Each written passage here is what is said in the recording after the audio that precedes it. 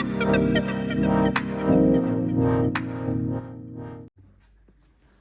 राम भाई सारे ने स्वागत है आपका अपना चैनल हेल्थ गोल्ड में।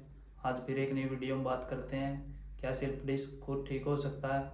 क्या स्लिप डिस्क होने पर हमारे अंदर या दिमाग के अंदर या मन के अंदर क्या क्या क्वेश्चन होते हैं? और यही क्वेश्चन जब मेरे को इंजरी या समस्या हुई थी तो मेरे अंदर भी चलते थे। हमें स्लिप डिस्क हो गया है, क्या ये अपने आप ठीक हो जाएगा?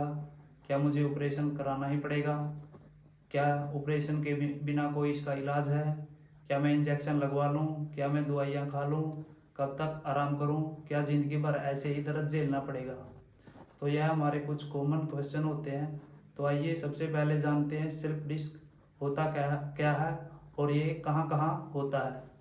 स्लिप डिस्क को हम आम भाषा में मणके या छल्ले भी बोल देते हैं। स्लिप डिस्क या तो सर्वाइकल में होता है या लंबर में होता है, यानी कमर के नीचे वाले हिस्से में। बात करें सर्वाइकल की, सर्वाइकल में मुख्यतः 7 मणके होते हैं और कमर में 5 मणके होते हैं।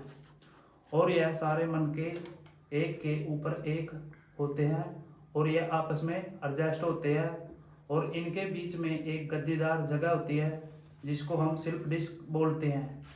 और यह एक जैलदार मटेरियल होता है और इसका मेन काम होता है जो 2 मणके होते हैं वह आपस में न टकराए, और वह नहीं टकराएंगे तो उसके बीच में रगड़ नहीं होगी और स्पाइन यानी रीढ़ की हड्डी डैमेज नहीं होगी।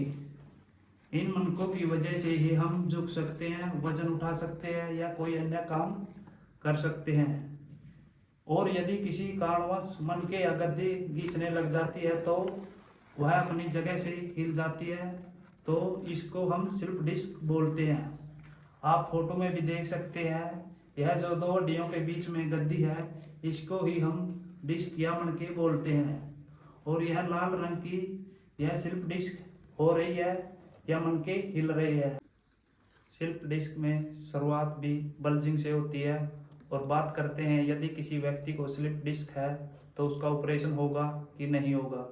90 या 95% व्यक्ति या मरीज बिन ऑपरेशन के ठीक होते हैं। रही बात 5% की, तो उन्हें अपना ऑपरेशन की जरूरत होती है। अब आपको यह जानना है कि आप 90 या 95% के अंदर आते हैं या 5% के अंदर।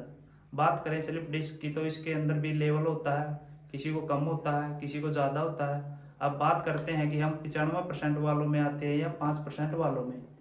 5% वाले व्यक्ति या मरीज उसमें आता है जिसका शरीर में बिल्कुल कमजोरी आ गई हो, एक पाँव पतला या मोटा हो गया हो, लैट्रिन या पेशाब करने में दिक्कत, या पाँव में सूनापन या नमनेस, और आप दवाइयों का प्रयोग भी करके थक चुके हो, आपने एक्सरसाइज या व्यायाम करके भी देख लिए हो, 1 साल में आपके कोई भी सुधार नहीं हुआ हो, तो आप 5% व्यक्ति के अंदर आते हैं। और आपको यह कोई दिक्कत या समस्या है तो आप 5 वालों में आते हैं। और बात करते हैं अब 90 या 95% वालों के जो आते हैं तो वो कैसे ठीक होंगे। सबसे पहले तो आपने माइंड स्ट्रोंग रखना पड़ेगा, क्योंकि अगर आप यह सोचेंगे कि मैंने ठीक नहीं हो सकता तो आपको कोई भी ठीक नहीं कर सकता। अगर आप यह सोचेंगे कि मुझे ठीक होना है तो आप 100% ठीक होगे, यह मेरा वादा है आपसे, क्योंकि मुझे यह खुद भी समस्या थी और अब मैं बिल्कुल ठीक हूँ, वह स्वस्थ हूँ। तो आइए कि मैं कैसे ठीक हुआ और आप भी कैसे ठीक हो सकते हैं। तो सबसे पहले बात करते हैं, यदि आपको पेन या दर्द अधिक है तो कुछ दर्द निवारक दवाइयों का प्रयोग कर सकते हैं जिससे आपका दर्द कम होगा। अब बात करते हैं, आगे झुकने से बचना चाहिए। हमें जितना उसके आगे नहीं झुकना चाहिए, वजन उठाने से बचना चाहिए। रेस्ट या आराम हमें बिल्कुल 2 या 3 महीने हमें बिल्कुल रेस्ट करना चाहिए। हेल्दी डाइट का प्रयोग करना चाहिए। हेल्दी डाइट में हम हरी सब्जियां, फल, फ्रूट, दूध, दही, पनीर का प्रयोग कर सकते हैं। और व्यायाम या एक्सरसाइज भी हमें करनी चाहिए जिससे हमारी मसल मजबूत होगी। और हमें जो है एक समय में अधिक समय नहीं बैठना चाहिए, बल्कि बीच बीच में हमें ब्रेक लेना चाहिए। और सोने का तरीका व सोने के बाद जो उठने का तरीका है उसमें भी सुधार करना चाहिए। और हमें दवाइयों का भी प्रयोग कर सकते हैं और रेस्ट भी करते हैं और डाइट भी अच्छी लेते हैं, लेकिन हमें तब भी ठीक नहीं हो सकते।